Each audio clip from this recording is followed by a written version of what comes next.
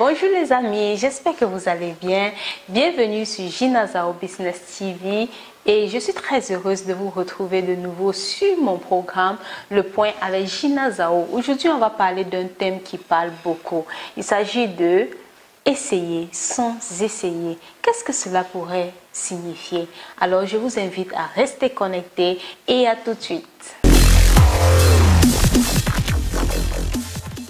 Eh bien, de retour, on va décortiquer notre thème « Essayer sans essayer ». Pourquoi ce thème « Essayer sans essayer » Eh bien, je me suis rendu compte que on dit souvent qu'on essaye, qu'on réessaye, on continue d'essayer, mais ça ne marche pas. En réalité, parfois, on essaye sans toutefois essayer. Et c'est ce qu'on va décortiquer dans ce programme aujourd'hui « Essayer sans essayer ». Quand tu dis que tu essayes et que tu réessayes, à chaque fois qu'il y a un échec, un obstacle et que tu as entrepris quelque chose qui n'a pas marché, tu te sens toujours frustré, tu te sens toujours découragé, sur le point d'abandonner. Tu arrives même à penser que tu ne mérites pas d'être entrepreneur, tout simplement parce que ça ne marche pas comme tu veux, tout simplement parce que ça ne donne pas. Eh bien, j'aimerais dire à quelqu'un déjà pour commencer que le chemin, le parcours d'un entrepreneur est un parcours difficile. C'est assez difficile et je me suis rendu compte personnellement que ça nécessite beaucoup plus de la passion pour pouvoir réussir son parcours d'entrepreneuriat. La passion seule ne suffit pas. Il faut aller plus loin. Il faut développer des aptitudes à pouvoir réussir ce qu'on entreprend. Le parcours d'un entrepreneur est un parcours rempli d'embûches. Ce n'est pas un parcours du tic au tac. C'est un parcours où on gagne de l'expérience. Alors beaucoup abandonnent souvent et se disent d'avoir essayé, mais au fait essayer sans essayer, ça veut tout simplement dire que tu essayes, mais lorsque tu réessayes, est-ce que tu as tiré les belles conclusions de la fois où tu avais essayé? Est-ce que tu as tiré des bonnes aptitudes, des bons comportements de la fois où tu avais essayé? Est-ce que tu t'es assis pour analyser l'échec de la première fois ou bien la mal réussite de la première fois? C'est toutes ces questions qu'il faut pouvoir se poser. Du moment où vous ne vous posez pas cette question, pourquoi est-ce que j'ai échoué la première fois et améliorer, là vous essayez sans essayer. Parce que c'est comme si vous vous lancez dans un projet, ça ne réussit pas. Au lieu de tirer des leçons, vous refaites la même chose sans exactement changer le point sur I. C'est pas possible. Il faut pouvoir analyser la situation et dire bon, là j'avais fait comme ça et si je changeais de stratégie et si je changeais de la façon de faire, c'est ça essayer tout en essayant. Sinon on essaye sans essayer en réalité. Moi, je dis que la première étape pour aller vers le succès, c'est déjà de reconnaître ses peurs, de reconnaître ses faiblesses et de savoir qu'on ne peut pas être parfait. On ne peut pas être parfait, on ne peut que donner le meilleur, le meilleur qu'on peut donner. Et lorsque tu reconnais tes peurs, c'est la première étape pour pouvoir améliorer ce que tu fais, quoi. Parce qu'en fin de compte, il faut qu'il y ait deux choses. Soit tu as une réussite pour tes efforts que tu as fournis, soit tu as pris une belle leçon. Il faut qu'il y ait ces deux choses-là. Lorsque vous retrouvez au carrefour, lorsque vous passez une situation ou bien lorsque vous avez essayé et que ça n'a pas marché, il faut qu'il y ait vraiment ces deux choses. Soit vous réussissez, soit vous apprenez des leçons importantes pour la suite, pour la prochaine étape. Et pour pouvoir avancer dans cette lancée, il y a quelque chose qu'il faudra faire. Il faudra éviter de comparer votre succès aux autres. Pas parce que les autres vous dévancent que vous allez penser que vous êtes incompétent. Vous n'êtes pas incompétent. C'est le processus pour tirer des leçons. Alors arrêtez de penser que vous deviez être parfait.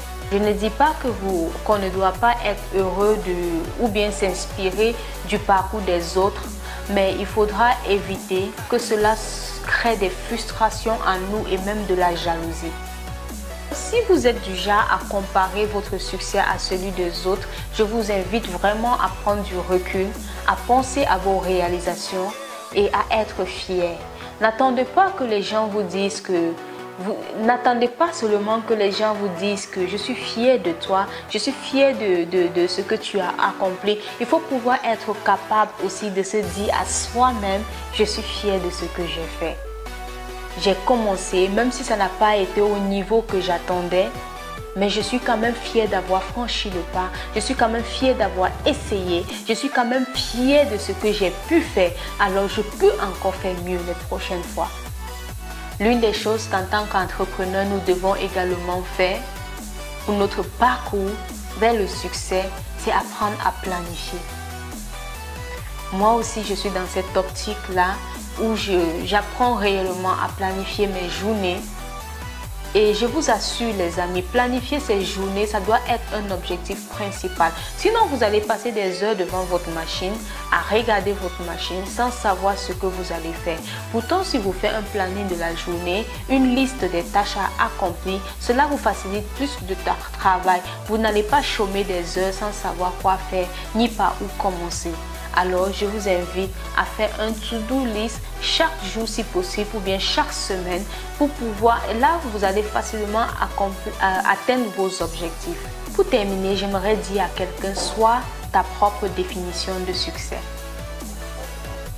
Ne laisse pas les autres te dire à quel moment tu as réussi, à quel moment tu n'as pas réussi. Du moment où tu es heureux dans ce que tu fais, c'est déjà bien. Il faut croire en sa vision. Alors continue à être amoureux de ce que tu fais, à être amoureux de ce que tu entreprends et comme je l'ai dit plus tôt, sois fier de tes accomplissements, sois fier de ton parcours, sois fier des étapes que tu traverses, qu'elles soient difficiles ou pas, sois fier de toi et continue de bosser pour réaliser tes rêves, continue de bosser pour atteindre tes objectifs. Tu n'as pas le droit de lâcher. Au final, je me rends compte que dans l'entrepreneuriat, on n'échoue pas. Lorsqu'on abandonne, en fait, l'échec, c'est l'abandon total. Lorsque tu as complètement abandonné, là, tu as échoué. Mais du moment où tu n'abandonnes pas, quelle que soit la façon dont tu fais pour continuer, je crois que c'est un processus. C'est un processus. N'abandonne pas. Les difficultés, c'est normal. Ça nous apprend encore plus à persévérer, plus de leçons pour l'étape suivante. C'est vrai, ce n'est pas facile, mais on n'a pas le choix. Dis-toi que tu n'as pas le choix. Tu dois continuer pour que tes enfants soient fiers de toi. Tu dois continuer pour que ta communauté soit fière de toi. Tu dois continuer pour être réellement fier de ce que tu accomplis, de l'héritage que tu laisses. Quelqu'un qui n'a pas abandonné malgré les difficultés. Quelqu'un qui n'a pas abandonné malgré les challenges, les situations, malgré les opinions des autres, mais qui a continué et qui est heureux de son travail. Réussir ne peut pas forcément dire que tu as des milliards en banque. Réussir, c'est vraiment avoir le bonheur de ce qu'on fait. C'est d'être heureux dans ce qu'on fait. C'est d'être heureux de son parcours. C'est d'être heureux de dire que tu es un vaillant soldat. Tu as persévéré. Tu as cru en ce que tu faisais. Et voilà, tout simplement. Si vous ne voulez pas échouer en tant qu'entrepreneur, réalisez vos rêves. Je vous remercie et restez connectés sur Gina Zaro Business TV. À très bientôt pour un nouveau programme.